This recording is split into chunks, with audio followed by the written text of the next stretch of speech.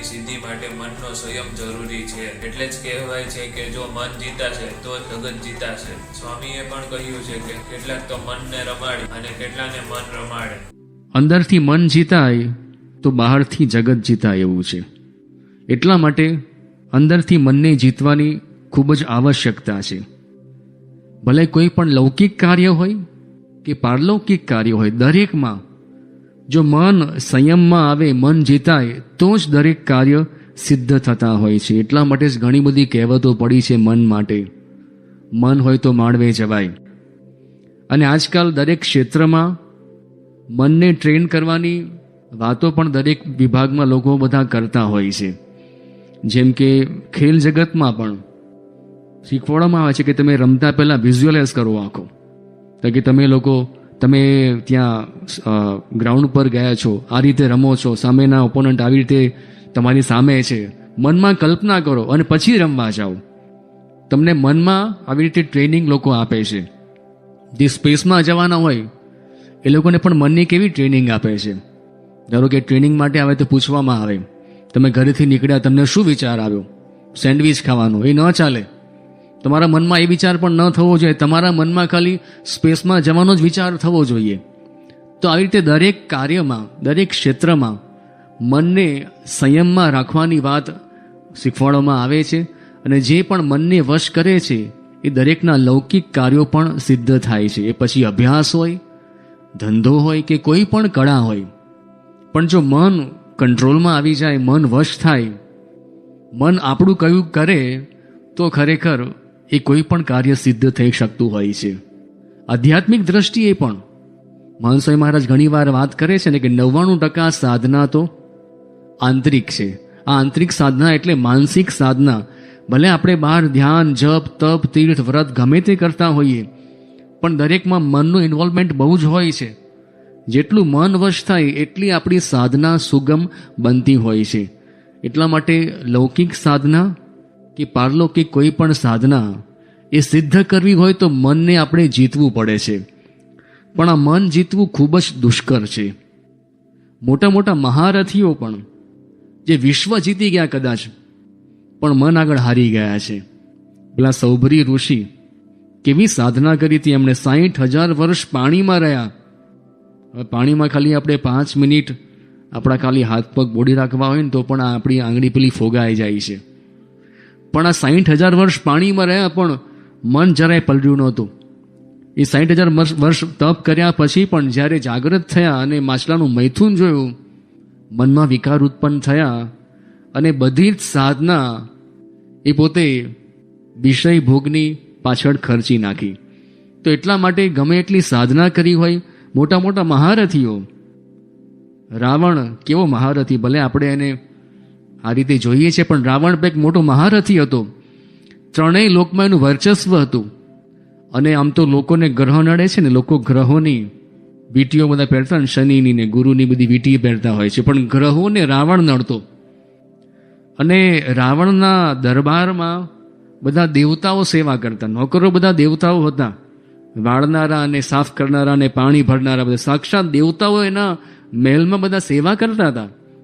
આવો મહાબલી રાવણ દરેકને ધ્રુજાવતો, પણ મન એને હરાવી ગયું. ન કરવાનું કામ મને કરાવ્યું અને એનો અંત આવ્યો. રોજ સવારથી આપણે શરૂ કરીએ, જે નક્કી કર્યું કે આટલા વાગે ઉઠવું છે, આવતીકાલથી 5 વાગે ઉઠવું છે, એલાર્મ વાગે, એકવાર બસ 5 મિનિટમાં ઉઠીએ છીએ, બીજી વાર સ્નૂઝ પર મૂકી, બીજી વાર, ત્રીજી વાર 6 વાગે ગયા, ચલો આવતીકાલથી પ્રયોગ કરશું પાછો. રોજ આપણે આપણું મન રમાડી જાય છે. પછી પૂજા કરવા બેસીએ ત્યારે પણ મન કેવું રમાડે છે. ઉત્તિષ્ઠોત્તિષ્ઠ જે આપણે શ્લોક બોલીએ છીએ, ભગવાનને જગાડીએ છીએ, ભગવાન જાગીને આવે અને મન ક્યાંનું ક્યાંય ફરવા જતું રહે છે. મન ત્યાં હાજર નથી રહેતું. અને કઈ રીતે મન આપણે અલગ અલગ યુક્તિઓ શીખવાડે છે. નિયમોનો લોપ કરવાની યુક્તિઓ મન આપણને શીખવાડે છે. જેમ સુરા ખાચરને પણ શ્રીજી મહારાજ જ્યારે પેલા નિયમ લીધો કે આ ચાતુર્માસમાં હું નિયમ લઉં છું કે આવતીકાલથી ઘઉં બંધ, અને બીજા દિવસે લાડુની રસોઈ આવી. મહારાજ જાતે પીરસવા આવ્યા. હવે કરવું શું? તો મહારાજ તો એમને તારવીને જતા રહ્યા કે ના મહારાજ મને લાડુ આપો. મહારાજ કે તમે કાલ નિયમ લીધો ને કે ચાતુર્માસમાં ઘઉં નહીં ખાવું. મહારાજ એ તો ઘઉંનો નિયમ મેં બદલ્યો છે, હવે આજથી મેં નક્કી કર્યું કે આપણે ચોખાનો નિયમ રાખીએ, કે ઘઉંનો નિયમ નહીં ચોખાનો નિયમ રાખીએ. મહારાજ કે સારું પાક્કું ને? તો કે હા પાક્કું. અને બીજા દિવસે પાછી દૂધપાકની રસોઈ આવી અને ફર્સ્ટ ક્લાસ સુરતી દૂધપાક મહારાજ જાતે પીરસવા આવ્યા. સુરાખાચર જોયું કે આ તો દૂધપાક છે, શું કરવું? તો મહારાજને તાંબડી ધરી. મહારાજ કે ના, તમે નિયમ કાલે લીધો છે, હવે ફરતા નહીં. ના મહારાજ, મને વિચાર થયો ગઈકાલ રાત્રે કે જે નિયમ પહેલા લીધો હોય ને એ જ નિયમ રાખવો, એ ફર ન કરવું. એટલે ઘઉંનો નિયમ બરોબર છે, ચોખાનો નિયમ છોડ્યો આજથી. આપણા બધા નિયમ આવા હોય છે. ઘડી ઘડીમાં આપણે યુક્તિઓ મન શીખવાડતું હોય છે, શોર્ટકટ શીખવાડે આપણને, ન કરવાનું કરાવે છે. આ પ્રમાથી મન, શિયાળ જેવું લુચ્ચું મન આપણી બધી ખોટી યુક્તિ શીખવાડીને ભગવાનને સંતનો યોગ છોડાવી દે એવું આ લુચ્ચું મન. એટલા માટે સ્વામીની વાતમાં સ્વામીએ લખ્યું છે ને કે કેટલાક મનને રમાડે છે અને કેટલાકને મન રમાડે છે. આ વાત નિત્ય વિચારવા જેવી છે. મોટા ભાગના આપણે આ કેટેગરીમાં આવીએ છીએ. મન આપણે રમાડી જતું હોય છે મોટે ભાગે, કારણ કે આ પ્રમાથી ખોટી યુક્તિ શીખવાડી આપણે ઉલ્લુ બનાવી ન કરવાનું કરાવે છે. અને દરેક વખતે આ રીતે મન આપણે હરાવી જતું હોય છે પ્રમાથી. અને બલવદ, બહુ જ બળ છે આ મનમાં. ઝડપ, જેમ ઝડપ વધે એમ કંટ્રોલ કરવો કેટલો મુશ્કેલ હોય છે. માણસ ચાલતો ચાલતો જતો હોય તો ભટકાવાના ચાન્સીસ ઓછા છે. આમ આજકાલ તો મોબાઈલનો જમાનો એટલે એમાંય ભટકાય છે લોકો ચાલતી વખતે પણ માણસ ચાલતો હોય તો એની સ્પીડ નથી એટલે કંઈ એને એક્સિડન્ટ નહીં થાય. પણ સાયકલ લઈને જાય તો કદાચ થોડા ચાન્સીસ છે. બળદગાડું હોય તો એમાં પણ થોડાક વધારે. પણ જેમ ઝડપ વધે, બાઇક પર જાય કે પછી કારમાં જાય, ઝડપ વધે પછી ચાન્સીસ બહુ વધી જાય છે. કારણ કે ઝડપ વધી ગઈ અને આ ઝડપ વધે પછી એવા મનને કંટ્રોલ કરવું કેટલું મુશ્કેલ હોય છે. મનની ગતિ કેટલી છે? આમ તો સૌથી ફાસ્ટ કોઈ પણ હોય દુનિયામાં કોઈ પણ વસ્તુ તો એ છે પ્રકાશ, લાઇટ, જેની સ્પીડ છે 3 લાખ કિલોમીટર પર સેકન્ડ. સાયન્સ એવું કહે છે કે 3 લાખ કિલોમીટર પર સેકન્ડ એની સ્પીડ છે. આટલું ઝડપી આ લાઇટની આ ગતિ છે. પણ એના કરતાં પણ કોઈ ઝડપી વસ્તુ હોય તો એ મન છે. કેટલું ઝડપી છે? તો બુદ્ધ ભગવાને પોતાના શાસ્ત્રમાં લખ્યું છે કે એક કૃતિ એટલે સમયનું એક માપ છે. એક સેકન્ડનો 36,000મો ભાગ એટલે કૃતિ. આટલા ટૂંકા સમયમાં આપણું મન એક સાથે 7 વિચાર કરે છે. આપણે મનાશે નહીં, પણ આ વાત લખી છે કે આટલા ટૂંકા સમયમાં આપણું મન એક સાથે 7 વિચાર કરે છે. એક સાથે 2 ઘોડા પર સવારી કરવી ને એ પણ બહુ મુશ્કેલ છે, પણ આપણું મન એક સાથે 7 ઘોડા પર સવારી કરે છે. આટલી બધી શક્તિ આપણા મનમાં રહેલી છે. આવું બળવાન છે. અને બળવાન કેવું છે? એકવાર જે નક્કી, પછી દ્રઢ કેવું છે? એકવાર જે નક્કી કરે ને, મનમાં નક્કી થયું ને તો માણસ પાર પાડતો જ હોય છે. ભલે ગમે એટલી મુશ્કેલી હોય, પણ મનમાં નક્કી થાય તો માણસ કેવું પાર પાડે છે. સારું અને ખરાબ બંને દ્રષ્ટિએ કહું છું. જેમ એરિક નામનો એક અંધ વ્યક્તિ, યુવાનીમાં કંઈક રોગ થયો અને અંધ થઈ ગયો, બંને આંખ ગુમાવી, પણ નક્કી કર્યું કે મારે એવરેસ્ટ ચડવો છે. આમ તો છતી આંખે પણ એવરેસ્ટ સર કરવો કેટલો મુશ્કેલ છે. પણ એરિક અંધ, એણે પોતે વગર આંખે એવરેસ્ટ સર કર્યો. મનમાં નક્કી કર્યું હતું. ઓસ્ટ્રેલિયાનો એક મોટિવેશનલ સ્પીકર છે નિકોલસ જેમ્સ કરીને. જન્મથી જ એના બંને હાથ બંને પગ નથી. પગ બહુ ખાલી એને પેલા પંજા જ છે ખાલી. પણ હતાશ થયા વગર મનમાં નક્કી કર્યું, ન મારે પ્રખ્યાત થવું છે. અને મોટિવેશનલ સ્પીકર બન્યો. અનેક પુસ્તકો લખ્યા છે અને કેટલી એને સેમિનાર ને બધું દુનિયાભરમાં ચાલતું હોય છે. તો ગમે એટલી મુશ્કેલી હોય પણ મનમાં નક્કી કર્યું તો માણસ એ પાર પાડી શકે છે. અને ઊંધું પણ છે, ન કરવાનું પણ મનમાં ધાર્યું હોય ને તો એ પણ માણસ કરતો હોય છે. જેમ પેલા મહાજન દુકાનમાં કાંઈ બેઠા બેઠા બહાર આખલો પેલો બેઠો હતો ને રોજ જોયા કરે અને વિચાર કરે કે એના શિંગડા બહુ સુંદર છે. એકવાર શિંગડામાં પગ ગરમ ભરાવીને બેસવા જેવું ખરું. હવે આમ તો એને પોતાને ખબર તો હશે જ કે બેસાય નહીં, પણ મનમાં રોજ વિચાર ઘૂંટાયા કરે. અને એકવાર ખરેખર આખલો આવીને બેઠો ને, દોડીને ચડી ગયા અને પગ ભરાવ્યા પેલા આખલાના શિંગડામાં. આખલો ગભરાયો અને દોડ્યો અને પેલા મહાજન લટકવા માંડ્યા. અને પછી તો લોકોએ એને છોડાવ્યા. લોહી લુહાણ થઈ ગયા પેલા મહાજન. અને પૂછ્યું કે ભલા માણસ એના વિચાર તો કરવો છે, તમે આખલાના શિંગડામાં ક્યાં પગ ભરાયા? તો કે 6 મહિના વિચાર કર્યો મનમાં, પછી આ કર્યું છે. કે મનમાં જો એક નક્કી થઈ ગયું તો ન કરવાનું હોય એ પણ થાય છે, અને અશક્ય હોય એ પણ વસ્તુ થતી હોય છે. આ મનમાં કેવી એક દ્રઢતા થાય તો કેવી શક્તિ મનમાં પ્રગટ થાય છે, એના પરથી આપણે ખ્યાલ આવે. અને એટલા માટે જ આવી અદ્ભુત શક્તિવાળું મન જો વશ કરીએ તો અદ્ભુત કાર્યો થાય. મન એવ મનુષ્યાણામ કારણમ બંધ મોક્ષયો. જગતમાં આપણે બંધન કરાવનાર પણ મન છે, અને મોક્ષ અપાવનાર પણ આ મન છે, કારણ કે અમાપ શક્તિ આ મનમાં રહેલી છે. સ્વામી રામ નામના એક હિમાલયમાં રહેતા એક સંત ખૂબ જ સાધના કરી એમણે, અને મનને વશ કર્યું બધી યોગિક સાધનાઓ કરીને. અને એવી સાધનાઓ એમણે કરી હતી કે એકવાર જ્યારે 1960ની સાલમાં વિદેશ ગયા અને વૈજ્ઞાનિકોની સામે બધા પ્રયોગો એમણે સિદ્ધ કરી બતાવ્યા કે ધારે એટલું બીપી વધારે ઘટાડી શકે પોતે. મનને વશ કર્યું હતું એટલા માટે પોતાના શરીરનું તાપમાન જેટલું ધારે એટલું વધારે ઘટાડે, પછી ધબકારા એકદમ ઓછા કરી નાખે, એકદમ વધારી દે, બધું જ પોતે કરી શકતા હતા. મન કંટ્રોલમાં કર્યું એટલા માટે. એકવાર રામ પોતે જતા હતા હિમાલયમાં રસ્તા ઉપર, અચાનક સામેથી મોટી શિલા પડતી રસ્તા ઉપર, અને ખાલી હાથ કરીને સ્ટોપ કીધું ને, શિલા ત્યાં અટકી ગઈ. જળ વસ્તુ પર પણ કંટ્રોલ આવી ગયો. જો મન ઉપર કંટ્રોલ કર્યો તો આ રીતે મન જો સંયમમાં રાખે તો અશક્ય લાગતા બધા જ કાર્યો શક્ય બનતા હોય છે. આ મન જ એવી ચાવી છે જે ચાવીથી બારણું ખુલે પણ ખરું, જે ચાવીથી બારણું બંધ પણ થાય.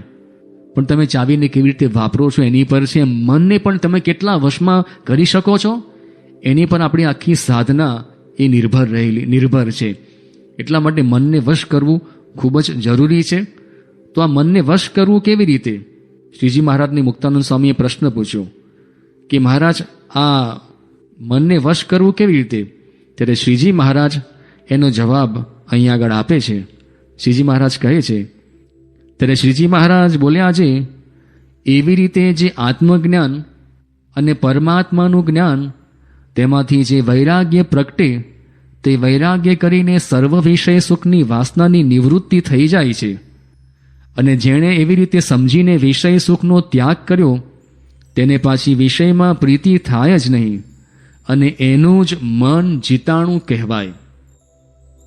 આમ તો મન મોટે ભાગે વિષયની પાછળ, પંચ વિષયની પાછળ દોડતું હોય છે.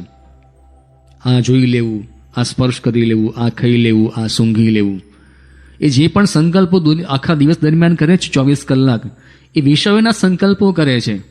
પણ જો વિષયોના બધા દ્વાર બંધ કરી દેવામાં આવે તો જ એ મન ફરતું બંધ થાય અને પછી મન વશ થાય. પણ આ વિષયોના દ્વાર બંધ કરવા કેવી રીતે?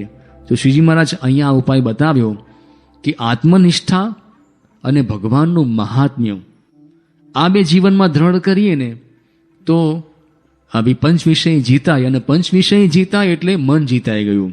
તો મન જીતવા માટે આત્મનિષ્ઠા અને ભગવાનનું મહાત્મ્ય એ બંને વિચાર ખૂબ જ જરૂરી છે. આત્મનિષ્ઠા એટલે શું? કે હું દેહથી જુદો એવો આત્મા છું, અક્ષર છું, બ્રહ્મ છું. જે મહંસે મહારાજે આપણે સૌને પેલો મંત્ર આપ્યો છે ને, અક્ષરમ અહમ પુરુષોત્તમ દાસોસ્મી. આ મંત્ર કેવળ બોલીએ છીએ આપણે, પણ સમજીને વિચારપૂર્વક એની પર થોડો વિચાર કરીએ તો એ રીતે વિચાર કરતાં કરતાં, નિત્ય વિચાર કરતાં કરતાં આપણું મન જીતાય જ, આપણામાં આત્મનિષ્ઠા દ્રઢ થતી હોય છે. સ્પષ્ટ વિભાગ મનમાં દ્રઢ કરવો કે આ દેહ દુઃખરૂપ છે, આત્મા છું, પરમ છું, સુખરૂપ છું. આ દેહ નાશવંત છે, આત્મા અવિનાશી છે. આ દેહ જળ છે, હું ચૈતન્ય છું. આ દેહ નરકરૂપ છે, હું શુદ્ધ સત્વમય છું. આ વિચાર રોજ કરીએ, રોજ ઘૂંટતા રહીએ તો દેહ અને આત્મા એનો જો ચોખ્ખો વિભાગ આપણે સ્પષ્ટ ખ્યાલ આવે અને ટાણે આત્મનિષ્ઠા આપણને ખરેખર કામ લાગતી હોય છે. બાકી આત્મનિષ્ઠા જીવનમાં દ્રઢ ન થાય તો કેવું થાય? જે મધ્ય 12માં લખ્યું છે શ્રીજી મહારાજે કે રાજનીતિ ન આવડે આપણને. આત્મનિષ્ઠા, આપણે આત્મા અક્ષર આ રાજા છે, દેહમાં આપણે રાજા છીએ, પણ આપણે આપણા સ્વરૂપનું જ્ઞાન નથી એટલે ઇન્દ્રિયો આપણી પર ચડી જાય છે. અને એ આપણે કેમ કરવાનું હોય ઇન્દ્રિયોને? પણ ઇન્દ્રિયો એમનું ધાર્યું આપણી પાસે કરાવે છે, આપણને ખેંચે છે. પંચ વિષયમાં ઇન્દ્રિયો ખેંચી જાય છે કારણ કે આપણે રાજા છે ભૂલી ગયા છે, આપણું ભાન ભૂલી ગયા છે. પણ આત્મનિષ્ઠા આપને સ્વ સ્વરૂપનું ભાન કરાવે છે કે આપણે કોણ છીએ અને આપણામાં કેટલી અમાપ શક્તિ રહેલી છું. હું જીવાત્મા સર્વથી અધિક છું, સર્વનો નિયંતા, પ્રેરક, પોષક છું. ઇન્દ્રિયો મારી ઈચ્છા વગર એક ડગલું પણ ભરી શકે એમ નથી. આ બધો વિચાર, આત્મનિષ્ઠા જેટલી દ્રઢ થાય એટલો સંયમ આપણી ઇન્દ્રિયો પર આવી શકતો હોય છે. જેમ ઘણીવાર યોગીજી મહારાજ લીંડિયાની વાર્તા કરતા ને, લીંડિયો આમ તો એક સિંહનું બચ્ચું હતું, પણ પેલો ભરવાડ જંગલમાં ગયો ને ત્યાં આ સિંહનું બચ્ચું એકલું અટોલું ફરતું હશે, એના સાથે આવી ગયું. એટલે ભરવાડ લઈને આવ્યો પોતાની સાથે સિંહના બચ્ચાને, લીંડિયો નામ પાડ્યું એનું. અને આ સિંહનું બચ્ચું બાળપણથી જ પેલા ઘેટાઓ ભેગું ઉછર્યું હતું. એટલે ઘેટાઓ બે બે કરે તો આ સિંહનું બચ્ચું એ પણ બે બે જ કરે. આમ તો સિંહનું બચ્ચું, પેલા ઘેટાઓ ઘાસ ખાય તો આ સિંહનું બચ્ચું ઘાસ ખાય. જે ક્યારે ઘાસને સૂંઘે નહીં એ સિંહનું બચ્ચું ઘાસ ખાવા માંડ્યું. એને પોતાના સ્વરૂપનું ભાન જ નહોતું, કારણ કે એ તો ઘેટાઓ ભેગા રહેતું હતું. અને મોટું થઈ ગયું, પુખ્ત ઉંમરનો મોટો સિંહ થઈ ગયો તો પણ એ ઘેટાઓ ભેગા જ ફરે. ઘેટાઓ ભેગા જ રોજ પેલું ઘાસ ચારવા જાય. એકવાર પેલો જંગલનો વનરાજ સિંહ એ ત્યાં આગળ દૂર શિકાર કરવા જતો હશે ને રસ્તામાં આખું ઝૂંડ જોયું ઘેટાઓનું, એમાં વચ્ચે આ સિંહને જોયો. એમ થયું કે આ સિંહ અહીંયા આગળ કેવી રીતે, આ મારો માલ અને અહીંયા આગળ. એટલે એને તરત પેલી જેને કહેવાય ને કે આમ પાછળ પડ્યો સિંહ. અને એ વખતે બધા જ ઘેટા તો ભાગી ગયા, પણ સિંહનું નિશાન તો આ લીંડિયા પર હતું. લીંડિયાને બરોબર પકડ્યો તો લીંડિયો તો ગભરાઈ ગયો કે મને છોડ દો ભાઈ સાહેબ, હું તો ઘેટું છું. બે બે કરવા માંડ્યો કે નોય તો ઘેટું, તું તો સિંહ છું. ના ના કે સિંહ તમે છો, હું તો ઘેટું છું. પછી સિંહ એને લઈ ગયો પેલા કૂવા પાસે, પાણીમાં બતાવી ગયો, જો મારું મોઢું કેવું છે તારું મોઢું જો. તો કે આમ તો કહેવાની પણ તમારા જેવું જ મારું મોઢું છે, કે હું તને એ જ કહું છું, આપણે બંને સરખા છે, તું પણ સિંહ છું. તો કે ના ના હું સિંહ નથી, હું ઘેટું છું. કે ચાલ તું ત્રાળ પાડ. કે પહેલી વાર જરાક ખોખારો ખાઈને એમ ત્રાળ પાડવા ગયો, બરોબર અવાજ ના આવ્યો, પણ બીજી વાર સિંહે જરાક હિંમત આપીને જે ત્રાળ પાડીને તો આખું જંગલ ગરજી ઉઠ્યું.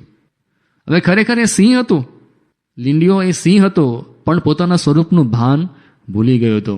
એમ આત્મનિષ્ઠાનો વિચાર આપણે રોજ કરીએ તો આપણા સ્વરૂપનું ભાન થાય આપણે કે આપણે આત્મા છીએ. અને જ્યારે આત્મનિષ્ઠા દ્રઢ થાય ત્યારે આપણે ઇન્દ્રિયો પર આપણે સંયમ કેળવી શકીએ. ઇન્દ્રિયોને જે માર્ગે લઈ જવી હોય આપણે માર્ગે લઈ જઈ શકીએ એટલો કંટ્રોલ આવી જાય જો આત્મનિષ્ઠા દ્રઢ થાય તો. બીજી વસ્તુ ભગવાનનું મહાત્મ્ય જીવનમાં આપણે સમજીએ તો પણ આપણું મન જીતાય છે. જેમ ભગવાનનો મહિમા આપણે જેટલો વિચાર્યો હોય કે ભગવાનની કેવી મહાનતા છે, જેમ 1 રૂપિયો પડ્યો હોય, 100 રૂપિયા પડ્યા હોય, 1000 રૂપિયા ને લાખ રૂપિયા પડ્યા હોય, કોઈ પણ એક વસ્તુ લેવાની હોય તો આપણે શું લઈશું? સ્વાભાવિક છે, લાખ રૂપિયા લઈશું, કારણ કે આપણે ખ્યાલ છે કે લાખ રૂપિયા વધારે માલ છે. એમ ભગવાનના સુખનો, ભગવાનનો મહિમા આપણે ખરેખર અંતરમાં દ્રઢ થયો હોય ને તો બીજા કોઈ પણ વિષયમાં આપણે લેવાઈશું નહીં. ભગવાનનું સુખ કેટલું અમાપ અપાર છે. શ્રીમદ લખ્યું છે કે અનંત કોટી બ્રહ્માંડના વિષય સુખ વારી ફરીને ફેંકી દઈએ એટલું એક ભગવાનના નિમેષ માત્રના દર્શનમાં આટલું સુખ રહેલું છે. ભગવાનના એક રોમમાં એટલું સુખ રહેલું છે કે અનંત કોટી બ્રહ્માંડના વિષય સુખ એની સામે કંઈ જ તોલે ન આવે એવું ભગવાનના દર્શનનું સુખ છે. અને ભગવાનનો મહિમા અનંત કોટી બ્રહ્માંડના કરતા હરતા મને મળ્યા એવા જે ભગવાન એ છે. તો આ રીતે સ્વરૂપનો મહિમા કાર્યથી પણ ભગવાનનો જેટલો આપણે મહિમા સમજશું તો વિષયમાં ક્યારેય પણ એ આપણે ક્યારે આસક્તિ રહેશે જ નહીં. કેવળ ભગવાનમાં જ આપણું મન રહે. જેમ બ્રહ્માનંદ સ્વામી જ્યારે સાધુ બની ગયા હતા અને એ વખતે ત્યાં ગાયકવાડ સરકારે કહેણ મોકલાવ્યું કે તમે પાછા અમારી ત્યાં રાજકવિ તરીકે પાછા આવી જાઓ, તમને આટલી સોનામોર, આટલા સેવકો, તમને આવો મહેલ આપું, આટલી બગીઓ, આટલા ઘોડા, આટલા ઊંટ, બધું તમને આપું. ત્યારે એ વખતે બ્રહ્માનંદ સ્વામી લખીને મોકલાવ્યું કે મેં ઢાઢી મહારાજ કો હાજર હુકમ હજૂર, ગાયો જશ ગોવિંદ કો પાયો ધન ભરપૂર.